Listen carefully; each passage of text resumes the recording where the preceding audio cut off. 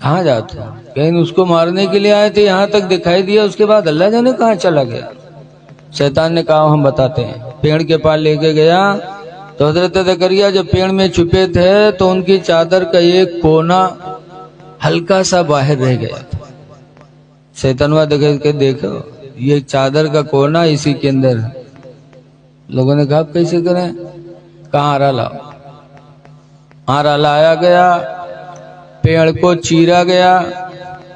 جب پیڑ حضرت زکریا کے سر پہ پہنچا تو اللہ تعالیٰ نے فرمایا اے زکریا وف نہ کرنا، ورنہ صابروں کی لسٹ سے نام خارج ہو جائے گا۔ حضرت زکریا نے اف نہ کیا، آرا چلا اور حضرت زکریا کے بدن کے 2 ٹکڑے ہو گئے۔ اللہ اکبر، اللہ اکبر۔ کیسی آزمائش اللہ نے لی۔ آج بھی بہت سے ظالم ہیں، اگر وہ غلط کام کرے اور ٹوک دو تو دشمن ہو جائیں گے۔ ٹوکنے والے کے لیے دعا کرنا چاہیے کہ اس نے کم سے کم ہمیں ہدایت تو دیا۔ احسان ماننا چاہیے، جب کوئی غلط کام کرے اور کوئی ٹوکے تو ٹوکنے والے کا احسان ماننا چاہیے کہ کم سے کم ہم کو ٹوکا تو۔ حضرت عمر فاروق اعظم رضی اللہ تعالی عنہ جب امیر المومنین بنے، حضرت ابوبکر کے زمانے ہی میں نشاندہی ہو چکی تھی، تو جب ان کی سختی لوگوں نے دیکھا تو لوگوں نے کہا کہ حضرت ابوبکر نے کتنا سخت آدمی امیر المومنین بنا دیا۔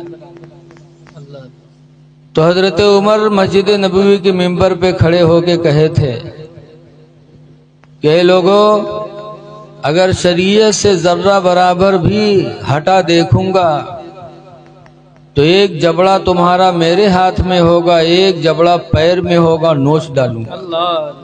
میں شریعت کے خلاف کبھی برداشت نہیں کروں گا، اور اگر تم بھی مجھے شریعت کے خلاف دیکھنا تو فوراً مجھے ٹوکنا، فوراً میری سرزنش کرنا۔ اگر نہیں مجھے ٹوکو گے، مجھے باز نہیں کرو گے تو قیامت کے دن میں تمہارا دامن پکڑوں گا۔ یہ صحابہ تھے،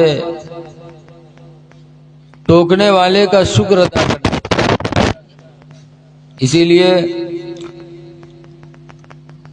دہلی کے بہت بڑے شاعر تھے مرزا غالب، شاعر لوگ یہاں زیادہ ہیں، ایک شاعر کی کہانی سنو، لیکن الحمدللہ یہاں اکثر مسرہ ہیں۔ مرزا غالب ان کا کلام پورے دنیا میں پھیلا۔ کابل افغانستان ہے، وہاں کے لوگوں نے سنا، وہاں کی زبان فارسی کی ہے، تو وہاں کے ایک آدمی کو شوق ہوا کہ مرزا غالب کی زیارت کی جائے، دیکھا جائے، اتنا اچھا شہر۔ بیچارے کابل سے چل کے دہلی آئے، اور جب ان کے دروازے پر پہنچے تو دیکھیں کہ مرزا غالب شروع کی ہے سیسا لی۔ تو کابلی مسلمان تڑپ اٹھا، کہا ہے افسوس، جس کو دیکھنے کے لیے اپنے وطن سے آیا تھا اس کا حال یہ ہے۔ تو کابلی مسلمان نے کہا تھا جناب آغا مسلمان ہستی، جناب تم مسلمان ہو، وہ ریشمی تراشی اور داڑھی چھیل رہے ہو، تعجب کہ مسلمان ہو کے داڑھی بنا رہے ہو۔ تو مرزا غالب شاعر تھے، بڑا مزاج اونچا تھا، کہا بلے ریشمی تراشم، ہاں ہاں میں داڑھی چھیل رہا ہوں، دلے کسیرا نمی تراشم، میں کسی کا دل نہیں چھیل رہا ہوں۔ اللہ اللہ اللہ اللہ۔ جب کہا میں داڑھی چھیل رہا ہوں، کسی کا دل نہیں چھیل رہا ہوں، تو کابلی مسلمان نے کہا تھا دلے رسول اللہ می تراشی، تم رسول اللہ کا دل چھیل رہے ہو، داڑھی نہیں چھیلتے، رسول اللہ کا دل چھیل رہے ہو۔ دل رسول اللہ می تراشی، دل رسول اللہ می تراشی، دل رسول اللہ می تراشی، 3 مرتبہ یہ بولی اور منہ سے ایک چیخ نکلی اور وہ کابلی مسلمان بے ہوش ہو کے زمین پہ گر گیا۔ جب گرا تو مرزا غالب کے دل کی دنیا بدلی، پنکھا جلا جب اس کابلی مسلمان کو ہوش آیا تو مرزا غالب رونے لگے، رو رو کے کہتے ہیں میرے بھائی تو میرا کوئی مہمان بن کے نہیں آیا، قسم خدا کی آج تو میرے لیے ہدایت کا کوئی فرشتہ بن کے آیا ہے۔ سبحان اللہ سبحان اللہ۔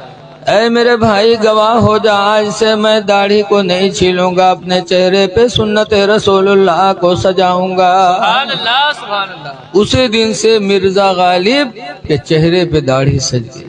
سبحان اللہ سبحان اللہ۔ تو انہوں نے اس کو اپنا مہمان نہیں سمجھا بلکہ ہدایت کا فرشتہ سمجھا۔ سبحان اللہ سبحان اللہ۔ پتہ چلا جب کوئی ٹوک دے غلط بات سے تو آدمی کو احسان ماننا چاہیے۔ کیا بات ہے۔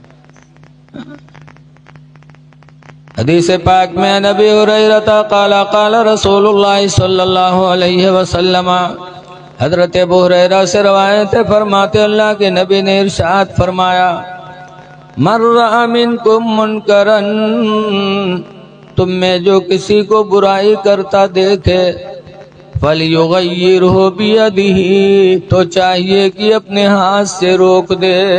سبحان اللہ۔ کوئی شراب پی رہا ہے، اعلیٰ ایمان یہ ہے کہ اس کی بوتل ہاتھ سے پکڑ کے پھینک دو۔ جوا کھیل رہا ہے، تاش کے پتوں کو ہاتھ سے اکھاڑ کر پھینک دو۔ کوئی ناچ دیکھ رہا ہے، ناچ کروا رہا ہے، تو اعلیٰ ایمان کی نشانی ہے کہ اپنے ہاتھ سے اسے دور کر دو۔ یہ اعلیٰ ایمان کی نشانی ہے۔ پھر میرے پیغمبر فرماتے فَإِن لَّمْ يَسْتَطِعْ فَبِلِسَانِهِ، اور اگر اپنے ہاتھ سے روکنے کی طاقت نہیں رکھتے فَبِلِسَانِهِ، تو اپنی زبان ہی سے اسے منع کرو۔ کیا بات ہے، سبحان اللہ۔ زبان سے تو کم سے کم کہو کہ یہ شریعت کے خلاف ہے، اسلام کا مذاق ہے، ایسا مت کرو۔ لیکن اگر زبان سے بھی بولنے کی طاقت نہیں ہے تو میرے پیغمبر فرماتے فَإِن لَّمْ يَسْتَطِعْ فَبِقَلْبِهِ، اگر زبان سے روکنے کی طاقت نہیں ہے تو دل ہی میں برا مان لو۔ کیا بات ہے، سبحان اللہ سبحان اللہ۔ بہرحال اعلیٰ ایمان کی نشانی ہے کہ برائی کو اپنے ہاتھ سے روکے انسان۔ تو جب کوئی ٹوکے تو اس کو اپنا محسن ماننا چاہیے۔ مرزا غالب کے چہرے پہ داڑھی سج گئی۔